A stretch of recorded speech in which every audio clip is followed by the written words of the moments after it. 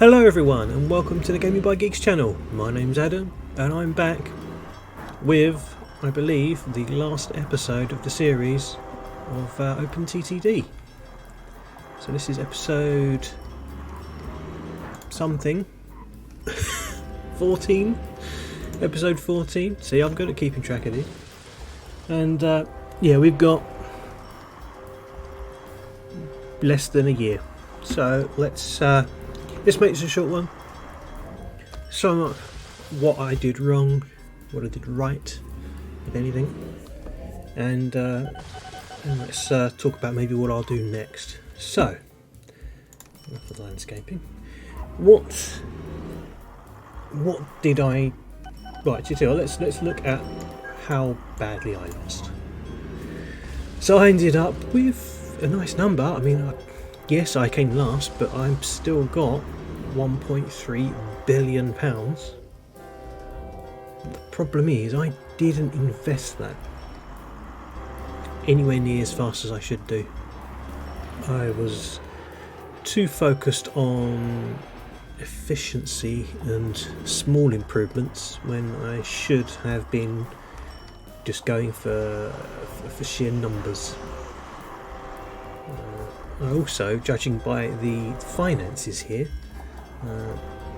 aircraft seem to be the way forward in terms of sheer revenue. I mean, look at the trains.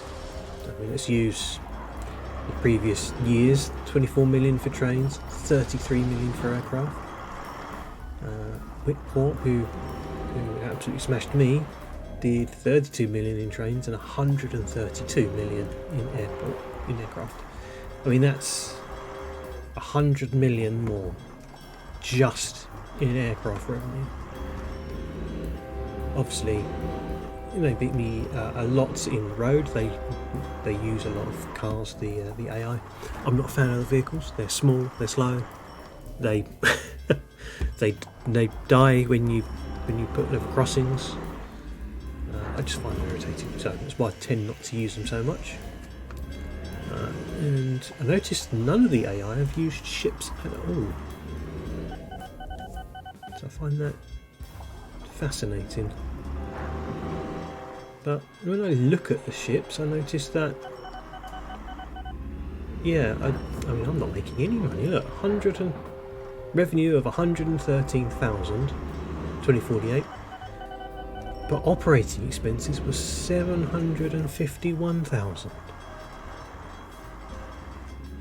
Does that seem right? That can't be right unless I've got... Yeah, that something doesn't add up there, does it? Because all these ships are making a profit. So how come... I think that's the wrong number. I feel like that could be some form of bug. Because that doesn't seem right, does it? If every ship is making a profit, then my revenue should be higher than my operating expenses. Or am I reading this wrong? Never mind. Either way, ships clearly aren't the way to go because the AI also don't use them. But yeah, in general, I was just slow and behind. Even though I started before everyone else, I still was too slow in building up stuff, and that shows as well. I mean, how much blue do you see here? You see a lot of gold and a lot of red, or pink, whatever that is, pinky colour. So yeah, next time, speed is the key. In terms of company values and stuff, obviously it takes everything into account. So my company value is 1.3 billion, and the other two are up in the fours. Yeah, well, look, I mean, just look at the numbers: 67 trains compared to 166 and 163. Wow, almost 500 road vehicles for each of the two competitors. And I was down at 23. 43 aircraft compared to 177 and 184. And yeah, you can see why I lost, can't you? I would just got absolutely trounced. Absolutely smashed it. So it's no wonder that I came third. Although I'm still technically president, apparently, so I'm not going to complain too much about it. I've never really looked at this screen. Look at that, so you can see some more in detail numbers, should you so wish.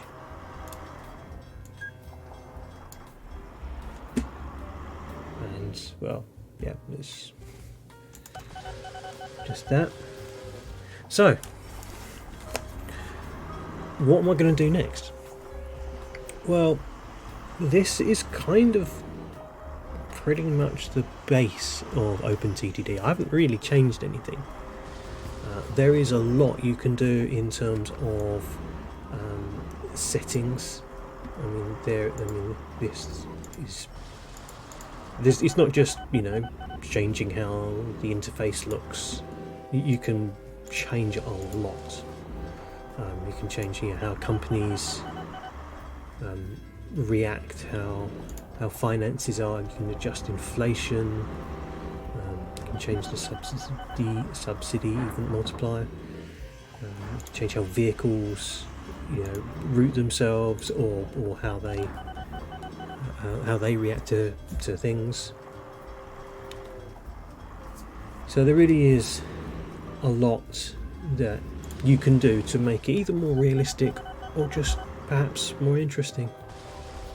I mean, you can up the limits so you can have massive everything. You can add in disasters or recessions to make things more difficult. You can change how vehicle breakdowns. There is so much you can add or change, but it's not just that. There's a lot of, you know, AI settings that you can change.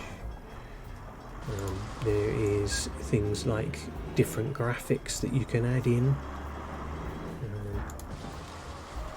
I've actually been looking at those recently and thought to myself, let's utilize that. Let's add in some different graphics. So I think on my next one, which will be starting immediately after this, there won't be a gap or anything, I'm going to add in what is called FIRS, F-I-R-S. I'll leave links and stuff in the description if there are anything to download, which shouldn't be, because it can all be done through the interface. In fact, in a minute, I'll show you. I'll show you at the beginning of the next episode, just so you can do it yourself. But FIRS adds in, it's kind of like a reimagined version with a little bit more realism, I guess. So you still have the same sort of things, like you still have iron ore mine, like this one for example, except with the iron ore mine you can deliver things like, or new cargo, such as engineering supplies that will increase the output. The steel mill, for example, not only will it look totally different, by the way, it's not only new settings and stuff, it's new graphics as well, so it looks totally different. But the steel mill on the current version needs iron ore, on the FIRS version needs coal and iron ore and, you know, engineering supplies or something like that. I can't remember exactly because I've not played it a whole bunch. So it just adds a little bit of realism, a little bit more complexity to it, because you have to have both of those. And it makes it quite challenging because things like the engineering supplies, there's farm supplies, there's chemicals, there's all sorts of other cargo types, and one of all those ones, for example, come from ports, so you have to sort of start near a lake like this. So that's what I'll be doing next. Now we'll find out whether the game does end at 2050 like I think it does. It does not. Maybe it's the end of 2050.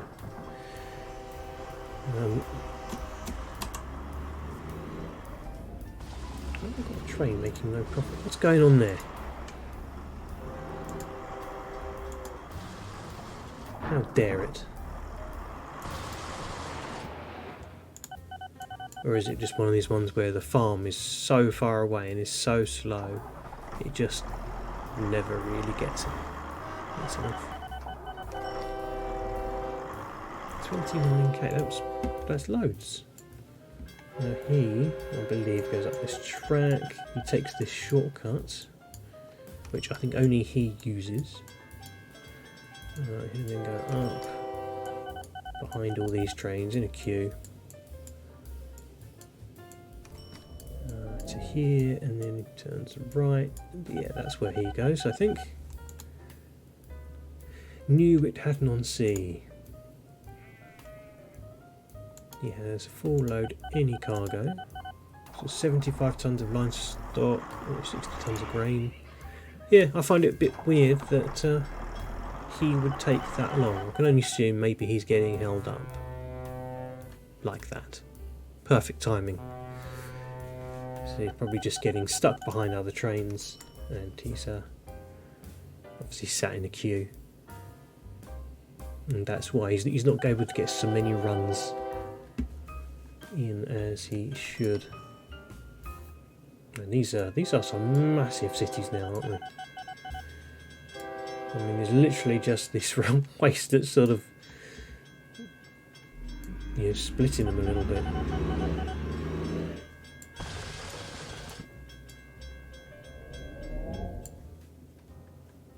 In fact, yeah, that's why the ratings are poor. So yeah, Furs will be the way forward. It's what I'll be looking at next, and it may well be the sort of default that I use in future OpenTTD episodes as well, or series. And yeah, as before, you know, if you've got any thoughts on like challenge type maps that you want me to have a go at, feel free, chuck all that stuff down in the comments, and I'll take all that stuff on board. I'm struggling with words today, I do apologise.